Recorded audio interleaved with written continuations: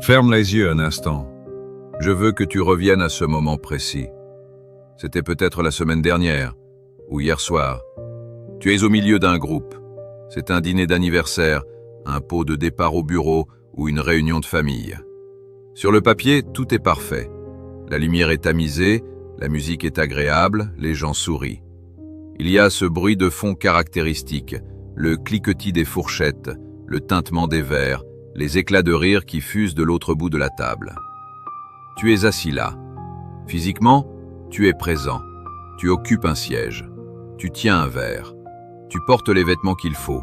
Mais à l'intérieur, tu es à des milliers de kilomètres. Tu regardes la personne en face de toi. Elle te raconte une histoire. Une histoire sur ses travaux de rénovation, ou sur les embouteillages, ou sur une série Netflix qu'il faut absolument voir. Ses lèvres bougent. Elle est animée. Elle attend une réaction de ta part. Et toi, tu actives le pilote automatique. Ton cerveau lance le programme « Simulation sociale ». Tu hoches la tête au bon moment. Tu lâches un petit rire poli quand le ton monte. Tu dis « Ah oui, c'est incroyable ». Mais pendant que ta bouche prononce ces mots, ton esprit hurle en silence. Tu ressens une fatigue, une lourdeur écrasante qui part de la nuque et qui descend dans tout ton dos. C'est une sensation physique d'étouffement. Tu scannes la pièce et tu te poses cette question terrifiante, celle qui revient en boucle depuis ton adolescence. Pourquoi est-ce que je n'y arrive pas? Pourquoi eux ont l'air si heureux, si légers, si connectés, alors que moi j'ai l'impression de jouer un rôle dans une pièce de théâtre dont je n'ai pas les scripts? Tu as l'impression d'être une espèce différente, comme si on t'avait parachuté sur une planète étrangère sans le manuel d'instruction. Tu vois les autres humains interagir avec une fluidité déconcertante. Ils s'échangent des banalités comme si c'était des trésors. Ils semblent se nourrir de ce bruit. Et toi, ce bruit t'affame. Il te vide. Chaque minute passée dans cette conversation superficielle est une hémorragie de ton énergie vitale. Tu commences à calculer. Combien de temps je dois rester pour ne pas paraître impoli? Est-ce que je peux partir après le dessert? Tu regardes ta montre sous la table. Encore 2 heures. 2 heures de torture. 2 heures à faire semblant d'être quelqu'un que tu n'es pas. Et le pire, c'est quand tu rentres chez toi. Le moment où tu fermes enfin la porte de ton appartement. Le silence revient. Normalement, tu devrais être soulagé. Mais souvent, c'est là que la culpabilité t'attaque. Tu te repasses le film de la soirée. Tu te dis « J'ai été bizarre, non? Je n'ai pas assez parlé. Ils vont penser que je suis hautain. Ils vont penser que je suis triste. » Tu te sens coupable de ne pas aimer ce que tout le monde aime. On t'a répété toute ta vie « Fais un effort, sors de ta coquille, sois plus sociable, arrête de te prendre la tête. » Ces phrases, tu les as entendues 1000 fois, de tes parents, de tes profs, de tes amis, comme si ton fonctionnement naturel était une maladie, comme si ta soif de profondeur était un défaut de fabrication, comme si ton incapacité à te satisfaire du médiocre était de l'arrogance. Salut, c'est Louis. Prends un instant pour toi. Vraiment. Respire. Après tout, c'est le temps de vivre. Aujourd'hui, nous allons parler de quelque chose de très intime. Nous allons parler de cette solitude très particulière. Pas la solitude de celui qui n'a personne, mais la solitude de celui qui est entouré, mais jamais rencontré. Si tu as cliqué sur cette vidéo, c'est que tu connais ce sentiment de décalage permanent.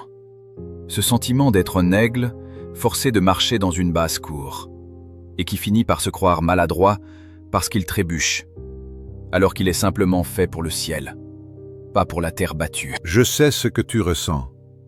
Je sais que parfois, tu te demandes si tu ne deviens pas fou. Tu te demandes si tu n'es pas en train de devenir un sociopathe, un misanthrope, quelqu'un d'aigri. Tu vois les autres poster des photos de leur soirée, de leur bande de potes, de leur week-end bruyant et alcoolisé. Et tu te sens défectueux. Tu te dis, il me manque une pièce. La pièce qui permet d'être heureux simplement. Laisse-moi te dire une chose tout de suite. Une chose qui va peut-être te choquer, mais qui est la première étape de ta guérison. Tu n'es pas malade. Tu n'es pas cassé. Et tu n'es certainement pas en retard socialement. En réalité, c'est tout l'inverse.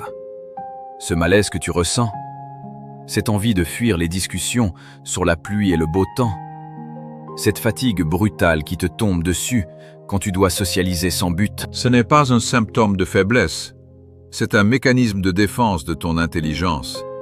C'est ton cerveau qui te signale qu'il est en sous-régime et qu'il déteste ça. Imagine que tu possèdes une Formule 1, un moteur ultra sophistiqué, conçu pour rouler à 300 km/h sur des circuits complexes. Et imagine qu'on t'oblige, tous les jours, à conduire cette Formule 1 dans les bouchons du centre-ville, en première vitesse, à 10 km/h. Que va-t-il se passer? Le moteur va chauffer, il va s'encrasser, il va faire des bruits bizarres, la voiture va trembler. Le conducteur de la petite citadine à côté de toi, lui, est très heureux. Sa voiture est faite pour ça. Il écoute la radio, il est détendu. Toi, tu es en souffrance mécanique. C'est exactement ce qui se passe dans ta tête lors de ces soirées mondaines. Ton esprit a besoin de complexité, il a besoin de sens, il a besoin de stimulation. Il veut parler de l'origine de l'univers, de la psychologie humaine, des failles de notre société, de l'art, de la mort, du futur. Il veut connecter les idées entre elles. Et on lui donne quoi? On lui donne « Tu as vu qu'ils annoncent de la pluie demain ?» On lui donne « J'ai acheté ce canapé en solde. » C'est comme donner du foin à un tigre. Le tigre ne peut pas le digérer. Alors il meurt de faim, même si l'auge est pleine. Cette famine intellectuelle crée une douleur réelle. Les psychologues appellent ça la dépression existentielle. C'est le vide qui se creuse quand les interactions humaines restent en surface. Et le drame, c'est que pour ne pas rester seul, tu as développé une stratégie de survie. Le masque. Tu es devenu un excellent acteur. Tu as appris les codes. Tu sais quand sourire. Tu sais quelles questions poser pour relancer la machine sans avoir à trop t'impliquer. Tu es devenu un caméléon social. Les gens t'aiment bien en général. Ils te trouvent gentil, à l'écoute, calme. Ils ne se doutent pas une seconde que derrière ce calme apparent, il y a une tempête. Ils ne se doutent pas que pendant qu'ils te parlent, tu es en train de calculer la trajectoire des particules de poussière dans la lumière, ou de refaire le monde, ou simplement de rêver d'être chez toi, en pyjama, avec un livre. Ce décalage entre ton moi social, celui que les autres voient, et ton moi réel, celui qui pense, est la source de ta plus grande fatigue. C'est ce qui te draine. Tenir ce masque pèse des tonnes. Et à force de le porter, tu finis par croire que c'est toi le problème. Tu finis par te dire que l'intelligence est une malédiction. Heureux les simples d'esprit, dit le proverbe. Et parfois, tard le soir, tu les envies, ces simples d'esprit. Tu te dis que ce serait tellement plus facile d'être normal, d'aimer le foot, la bière tiède et les blagues lourdes. Mais tu ne peux pas revenir en arrière. Une conscience qui s'est éveillée ne peut pas se rendormir sur commande. Tu as mordu dans le fruit de la connaissance, et tu ne peux plus le recracher. Alors que fait-on? Est-on condamné à errer comme une âme en peine, incompris, seul au milieu de la foule? Est-on condamné à devenir ce vieux grincheux qui méprise tout le monde du haut de sa tour d'ivoire? Non, il existe une autre voie. Mais pour l'emprunter, il va falloir faire quelque chose de très difficile. Il va falloir arrêter de t'excuser d'être qui tu es. Il va falloir comprendre pourquoi ton cerveau rejette le drame social avec une telle violence. Et nous allons voir que ce rejet n'est pas de l'arrogance. C'est une question de survie énergétique. Pourquoi fuis-tu? Pourquoi, petit à petit, as-tu commencé à refuser les invitations? Pourquoi as-tu cessé de répondre au téléphone quand certains noms s'affichent? On te traite peut-être d'ours, de sauvage, d'asocial. Mais la vérité est ailleurs. Ce n'est pas que tu n'aimes pas les gens, c'est que tu es devenu allergique au bruit. Et quand je parle de bruit, je ne parle pas des décibels. Je parle du bruit signalétique. Je parle de l'information inutile qui sature nos interactions sociales. Regarde comment fonctionnent la plupart des groupes humains. De quoi parlent-ils? Ils parlent des autres. Ils parlent de problèmes qu'ils ne veulent pas résoudre. Ils parlent de conflits imaginaires, de qui a dit quoi, de qui a trompé qui, de l'affront terrible qu'ils ont subi à la boulangerie ce matin. C'est ce qu'on appelle le drame. Et pour 90% de la population, le drame est une drogue dure. C'est le carburant qui fait tourner leur moteur. Pourquoi? Parce que le drame donne l'illusion qu'il se passe quelque chose. Ça remplit le vide. Ça donne une texture à l'ennui. Se plaindre de son patron, critiquer sa belle-mère, s'indigner de la dernière polémique à la télé, c'est une façon de se sentir vivant. C'est une façon d'exister par friction. Mais toi, tu n'as pas besoin de ça. Ton monde intérieur est déjà une galaxie en ébullition. Tu as des idées, des projets, des questions vertigineuses qui tournent dans ta tête 24 heures sur 24. Tu n'as pas besoin de stimulation artificielle. Au contraire, tu cherches l'apaisement. Tu cherches la clarté. Alors quand quelqu'un déverse son sac de drame sur tes genoux, tu ne ressens pas d'excitation. Tu ressens de l'irritation. Tu as l'impression qu'on te force à regarder une émission de télé-réalité débile alors que tu étais en train de lire du Dostoïevski. C'est une question de fréquence. Imagine une radio. La plupart des interactions sociales se passent sur la bande FM, avec de la pub, des jingles bruyants et des animateurs qui hurlent pour ne rien dire. Toi, tu émets sur les grandes ondes. C'est lent, c'est grave, c'est profond. Les deux fréquences ne se captent pas, elles se brouillent.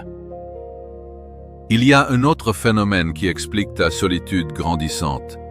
C'est ta capacité de reconnaissance de modèle, pattern recognition. L'intelligence, c'est essentiellement ça. La capacité à voir des motifs, des structures, là où les autres ne voient que du hasard.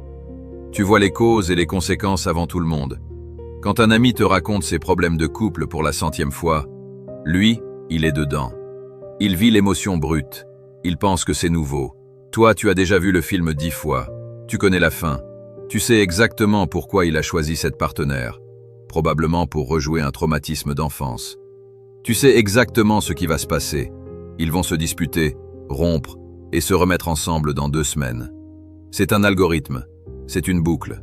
Et parce que tu vois la boucle, tu perds patience. Ce n'est pas de la méchanceté, c'est de l'épuisement cognitif. Tu as envie de lui dire, écoute, on connaît le scénario.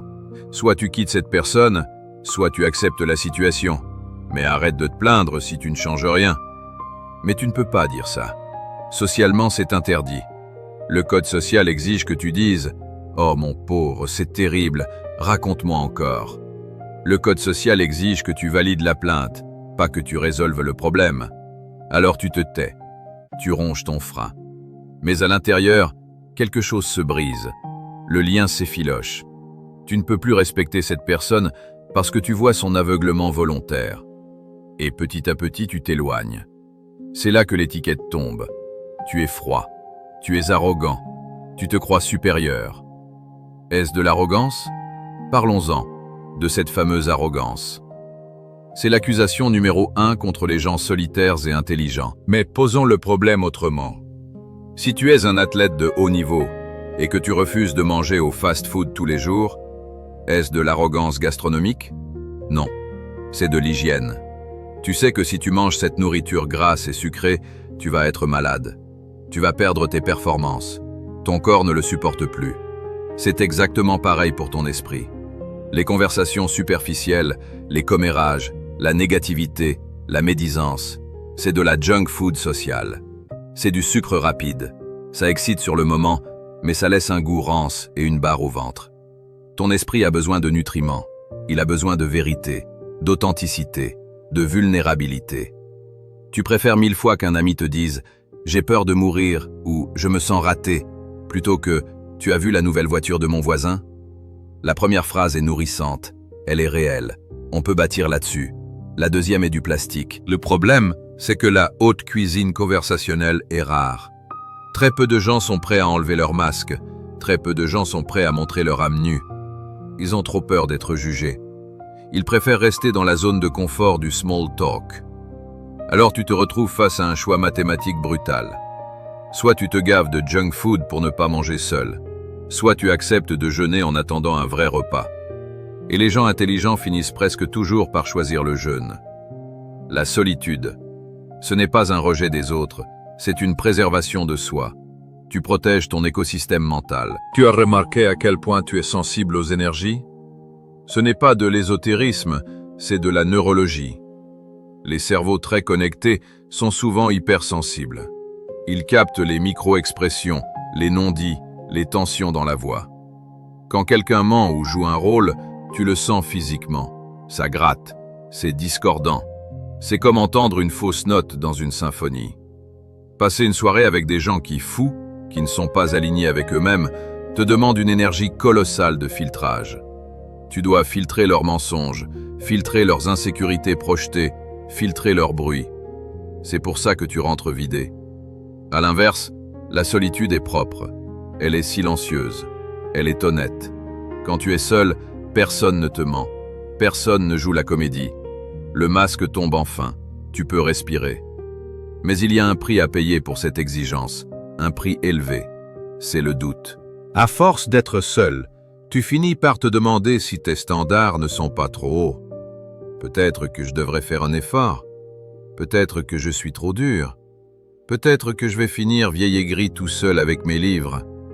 La société te met une pression folle pour baisser tes standards. On te dit « sois plus tolérant, ne cherche pas la perfection ». On te pousse à accepter des relations tièdes juste pour ne pas être seul. Parce que la société a horreur du vide. Un individu seul est un individu suspect. Un individu seul est difficile à contrôler, difficile à vendre. On veut que tu sois dans le troupeau. On veut que tu participes au grand théâtre. Et quand tu sors de la salle, les autres spectateurs t'en veulent. Non pas parce que tu es parti, mais parce que ton départ leur rappelle qu'ils sont restés assis à regarder une pièce médiocre. Ta liberté insulte leur soumission. C'est pour ça qu'ils essaient de te ramener. C'est pour ça qu'ils te critiquent. Tu as changé, tu ne viens plus. Ils essaient de te faire culpabiliser pour que tu reviennes valider leur mode de vie. Ne cède pas, je t'en supplie, ne cède pas. Baisser tes standards pour avoir de la compagnie est la pire trahison que tu puisses te faire. C'est te mutiler pour entrer dans une boîte trop petite. Si tu coupes tes ailes pour ne pas effrayer ceux qui marchent, tu ne marcheras pas mieux. Tu vas juste te traîner malheureux et tu finiras par haïr ceux pour qui tu t'es sacrifié. Garde tes standards. Garde ton exigence. Oui, ça crée du vide autour de toi. Oui, c'est vertigineux. Mais ce vide n'est pas stérile. C'est un espace que tu fais. Tu fais le ménage. Et tu sais ce qu'on dit sur la nature qui a horreur du vide. Si tu crées un espace de qualité, tôt ou tard, quelque chose de qualité viendra le remplir. Mais si tu l'encombres de briques et de brocs, il n'y aura plus de place pour l'exceptionnel. La solitude de l'intelligence n'est pas une fin en soi. C'est une salle d'attente. Une salle d'attente VIP. Et crois-moi, ceux qui sont dans cette salle avec toi valent la peine d'être attendus. Mais en attendant, que fait-on dans cette salle? Comment on transforme cette attente en puissance, au lieu de la subir comme une punition? Il suffit de regarder ceux qui nous ont précédés, ces géants qui ont fait de leur solitude un empire. Regarde ta bibliothèque. Regarde les noms sur les couvertures des livres qui ont changé le monde. Regarde les portraits dans les musées. Regarde les biographies des inventeurs qui ont construit la technologie que tu utilises en ce moment même. Qu'est-ce que tu vois? Tu vois une procession de solitaires. Ce n'est pas un hasard statistique, c'est une loi universelle. L'élévation demande de l'isolation. Prenons Nikola Tesla, l'homme qui a littéralement éclairé la Terre, l'inventeur du courant alternatif. Il ne vivait pas dans les cocktails mondains de New York, il ne cherchait pas à être populaire. Il vivait seul, dans des chambres d'hôtel. Il mangeait seul, il marchait seul. On l'a traité de fou parce qu'il semblait préférer la compagnie des pigeons à celle des banquiers. Mais c'est dans ce silence absolu, dans cette absence totale de distraction sociale, qu'il a pu visualiser des machines complexes tourner dans sa tête avant même de les dessiner.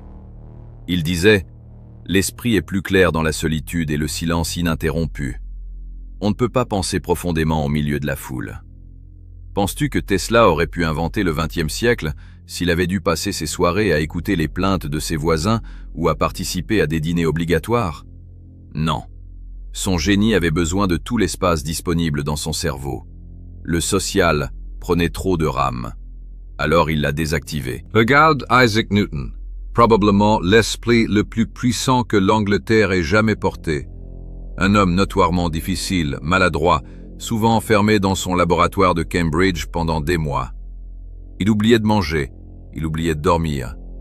S'il avait vécu aujourd'hui, on l'aurait diagnostiqué, on l'aurait médicamenté, on l'aurait forcé à suivre des cours de compétences sociales. On aurait essayé de le rendre normal, et on aurait tué la théorie de la gravité dans l'œuf. Regarde Beethoven. Le destin lui a infligé la pire punition pour un musicien, la surdité. Il s'est retrouvé coupé du monde, enfermé dans sa tête. Il est devenu irascible, sombre, impossible à vivre. Mais c'est précisément quand le bruit du monde extérieur s'est éteint qu'il a entendu la musique des sphères. L'hymne à la joie, cette explosion d'amour universel, a été composée par un homme qui vivait dans une solitude totale. Tu vois le paradoxe? C'est souvent dans la solitude la plus profonde que naissent les œuvres qui connectent le plus l'humanité. Arthur Schopenhauer, le philosophe allemand, a théorisé cela avec une brutalité magnifique. Il appelait ça « le destin des grands esprits ». Écoute bien cette phrase, elle pourrait être ta nouvelle devise. Un homme ne peut être lui-même qu'aussi longtemps qu'il est seul. Si donc il n'aime pas la solitude, il n'aimera pas la liberté. Car ce n'est que lorsqu'on est seul qu'on est libre. Il expliquait que la sociabilité est une forme de compromis. Dès que tu es avec quelqu'un d'autre, tu dois t'adapter. Tu dois te rogner. Tu dois ralentir. Si tu marches avec un enfant, tu dois marcher à son rythme. Si tu marches avec un boiteux, tu dois boiter. Et si tu marches avec un esprit lent, tu dois ralentir ta pensée pour qu'elle soit compréhensible. C'est ce qu'on appelle le nivellement par le bas. Dans un groupe, le niveau de la conversation s'aligne toujours sur le plus petit dénominateur commun. Pour que tout le monde comprenne, on doit parler de choses simples. La météo, la bouffe, le sexe. Mais l'homme d'esprit, lui, veut grimper. Et on ne grimpe pas l'Everest en se tenant tous par la main en farandole. On le grimpe seul, ou en très petite cordée. Alors, si tu te sens seul aujourd'hui, change de perspective. Ne te dis pas « personne ne veut de moi ». Dis-toi « je suis en train de grimper et l'air se raréfie ». C'est mathématique. La pyramide se rétrécit vers le haut. Il y a des millions de personnes à la base, dans la vallée, là où il fait chaud et confortable. Il y a très peu de personnes au sommet, là où le vent souffle et où la vue porte loin. Tu as quitté la vallée. C'est douloureux, oui. Tu as froid, oui. Mais tu as gagné quelque chose d'inestimable, la souveraineté. Quand tu es seul, tu es le roi de ton royaume mental. Personne ne vient coloniser tes pensées. Personne ne vient imposer son agenda émotionnel. Tu peux lire ce que tu veux, penser ce que tu veux, créer ce que tu veux. C'est un super pouvoir que la majorité des gens ignorent. Blaise Pascal, un autre génie solitaire, disait « Tout le malheur des hommes vient d'une seule chose, qui est de ne savoir pas demeurer en repos dans une chambre. » Regarde autour de toi. Les gens sont terrifiés par le silence. Dès qu'ils sont seuls, ils sortent leur téléphone. Ils allument la télé. Ils mettent de la musique. Ils fuient. Ils fuient la confrontation avec eux-mêmes. Parce qu'ils savent qu'à l'intérieur, c'est le vide ou le chaos. Toi, tu as cette capacité rare de rester dans ta chambre, de regarder le plafond et de penser. Tu n'as pas besoin de divertissement permanent. Tu as une vie intérieure. Tu es autosuffisant. Tu es comme une planète qui possède sa propre atmosphère et sa propre gravité. Tu n'as pas besoin de voler l'oxygène des autres pour survivre. Cependant, il y a un danger mortel qui guette l'aigle solitaire. Un piège dans lequel sont tombés beaucoup de génies et qui les a détruits. Ce piège, c'est le mépris. C'est tellement facile quand on voit la bêtise du monde de devenir arrogant. C'est tentant de regarder la foule qui s'agite pour des futilités et de se dire « bande d'idiots ». C'est tentant de se draper dans sa cape de génie incompris et de cracher sur l'humanité. Ne fais pas ça. Je t'en supplie, ne tombe pas là-dedans.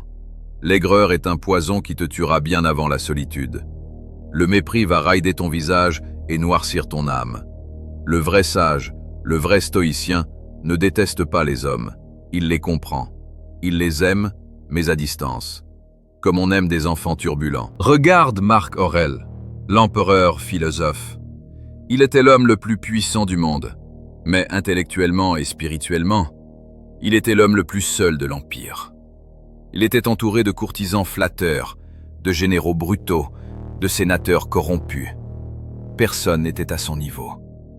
Personne avec qui partager ses doutes profonds sur la mort et la vertu. A-t-il fui? A-t-il méprisé son peuple? Non.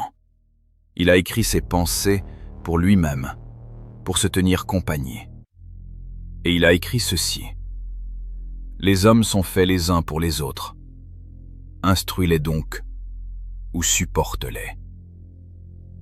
Instruis-les, ou supporte-les. Quelle noblesse dans cette phrase. Il n'y a pas de haine, il y a de la patience. Il accepte que les autres ne soient pas comme lui. Il accepte qu'ils soient bruyants, frivoles, ingrats. Il ne leur en veut pas d'être ce qu'ils sont. Mais il ne se sent pas obligé de devenir comme eux. C'est ça, ton objectif. Atteindre cette solitude bienveillante. Être capable d'aller au dîner de famille, de sourire, d'écouter les banalités avec tendresse, sans te sentir menacé, sans juger. Et puis, rentrer chez toi, dans ton sanctuaire, et reprendre ta conversation avec les étoiles. Tu dois voir ta solitude non pas comme une muraille, mais comme un filtre. Un filtre extrêmement sélectif. Tu n'es pas condamné à être seul pour toujours, mais tu es condamné à la qualité. Les gens comme toi ne peuvent pas avoir 50 amis, c'est impossible. Tu en auras peut-être 2 ou 3 dans toute ta vie, mais ces amitiés-là, elles vaudront plus que toutes les relations superficielles de la Terre réunies. C'est la différence entre un tas de cailloux et un diamant. Les cailloux, on en trouve partout. On marche dessus. Le diamant, il faut creuser. Il faut descendre dans le noir. Il faut attendre des millions d'années sous pression. C'est long, c'est dur, mais ça brille. Alors, en attendant de trouver tes diamants, que fais-tu? Est-ce que tu restes assis dans le noir à pleurer sur ton sort? Est-ce que tu attends qu'on vienne te sauver? Non. Puisque tu es seul dans ton laboratoire, il est temps de se mettre au travail. Il est temps d'utiliser cette solitude pour ce qu'elle est vraiment. Un don du ciel pour bâtir quelque chose de grand. Tu as le temps que les autres n'ont pas. Tu as l'énergie que les autres gâchent. Qu'est-ce que tu vas en faire? Il est temps de signer un traité de paix. Un traité de paix avec toi-même. Arrête de lutter contre ta nature. Arrête d'essayer de tordre ton esprit pour qu'il rentre dans les cases trop petites de la normalité. Tu ne seras jamais ce genre de personne qui est heureuse en parlant de rien avec n'importe qui. Et tu sais quoi? C'est une excellente nouvelle. Parce que si tu arrêtes de dépenser ton énergie à essayer de t'intégrer, tu vas pouvoir utiliser cette énergie pour faire quelque chose de beaucoup plus grand. Tu vas pouvoir bâtir. Regarde ce que tu possèdes là, tout de suite. Tu possèdes la ressource la plus précieuse et la plus rare du XXIe siècle. Une ressource pour laquelle les milliardaires paieraient des fortunes, mais qu'ils n'arrivent plus à obtenir. Tu as du temps. Et tu as du silence. Pendant que les autres sont occupés à socialiser, c'est-à-dire à diluer leur âme dans des distractions bruyantes, pendant qu'ils passent leur vendredi soir à s'étourdir pour oublier qu'ils détestent leur semaine. Toi, tu es libre. Tu as des heures devant toi, des boulevards de tranquillité. La question n'est plus « Pourquoi suis-je seul ?» La question devient « Que vais-je faire de ce trésor ?» La solitude est un terreau. Si tu n'y plantes rien, il ne pousse que des ronces et de l'amertume. C'est la solitude du dépressif. Mais si tu y plantes des graines, c'est la forêt la plus puissante du monde qui va naître. C'est la solitude du créateur. Alors, deviens un bâtisseur. Transforme ta chambre en atelier. Transforme ton salon en bibliothèque d'Alexandrie. Utilise ce temps pour devenir dangereux. Et quand je dis dangereux, je veux dire compétent, cultivé, fort. Lis les livres que personne n'a le courage d'ouvrir. Apprends cette langue difficile qui te fait rêver. Lance ce projet business que tu gardes dans un tiroir. Sculpte ton corps. Apprends à méditer. Apprends à coder. Apprends à écrire. Fais de ta propre personne une œuvre d'art. Deviens si riche intérieurement que tu ne connaîtras plus jamais l'ennui. L'ennui est la maladie des gens vides. Quelqu'un qui a un univers intérieur foisonnant n'a jamais assez d'une seule vie pour tout explorer. Et tu vas voir qu'il va se produire un phénomène étrange. C'est le grand paradoxe des relations humaines. Plus tu cours après les gens, plus ils te fuient. C'est la loi de l'offre et de la demande. Si tu es trop disponible, tu n'as pas de valeur. Mais si tu arrêtes de courir, si tu commences à avancer sur ta propre route, le menton haut, concentré sur tes objectifs, si tu deviens cette personne mystérieuse, qui est occupée, qui a des projets, qui a l'air de savoir où elle va, alors le monde va se retourner. Les gens vont être intrigués. Ils vont sentir cette force gravitationnelle. Ils vont se dire « Il n'a pas besoin de nous. Pourquoi? Qu'est-ce qu'il a trouvé que nous n'avons pas ?» La force attire. L'indépendance fascine. Une personne qui est parfaitement heureuse toute seule est la chose la plus magnétique qui soit. Parce qu'elle dégage une sécurité absolue. On a envie d'être près d'elle, pour profiter un peu de sa chaleur, pour se rassurer. C'est là que tu pourras choisir. Non plus mendier de l'attention, mais choisir tes compagnons. Tu ouvriras la porte de ta forteresse seulement à ceux qui le méritent, à ceux qui ont fait le même chemin que toi, aux autres aigles. Et quand deux personnes entières, deux personnes qui n'ont pas besoin l'une de l'autre pour combler un vide, mais qui ont envie de partager leur trop-plein, se rencontrent, alors l'amitié devient sacrée. L'amour devient puissant. Ce n'est plus deux béquilles qui se soutiennent pour ne pas tomber, c'est deux piliers qui portent un temple. Mais avant d'en arriver là, il faut traverser le désert. Il faut accepter le samedi soir seul. Il faut accepter de voir les stories Instagram des autres et de ne rien ressentir d'autre que de l'indifférence. Ne sois pas jaloux de leur bruit. Ils sont dans le divertissement. Tu es dans l'accomplissement. Ils consomment, tu crées. Ils passent le temps, tu utilises le temps. La prochaine fois que la solitude te pèse, fais cet exercice mental. Imagine que tu es un moine guerrier en plein entraînement. Imagine que tu es un scientifique à 2 doigts d'une découverte majeure. Chaque heure de silence est une brique de plus pour ton empire. N'aie pas peur d'être le bizarre. Dans un monde de conformisme, l'étrangeté est un certificat d'authenticité. Garde tes standards élevés. Ne les baisse pour personne. Mieux vaut marcher seul vers le sommet que d'être assis dans la boue avec la foule. Tu n'es pas seul parce que tu es un raté. Tu es seul parce que tu es en avance. Tu es l'éclaireur. Et le destin des éclaireurs, c'est d'ouvrir la voie, loin devant le reste de la troupe. Il fait parfois un peu froid là devant, mais c'est toi qui vois le soleil se lever en premier. Alors, respire cet air pur, remercie ce silence, et remets-toi au travail. Ton empire ne va pas se construire tout seul. C'était Louis. Merci d'avoir écouté. Maintenant, va bâtir.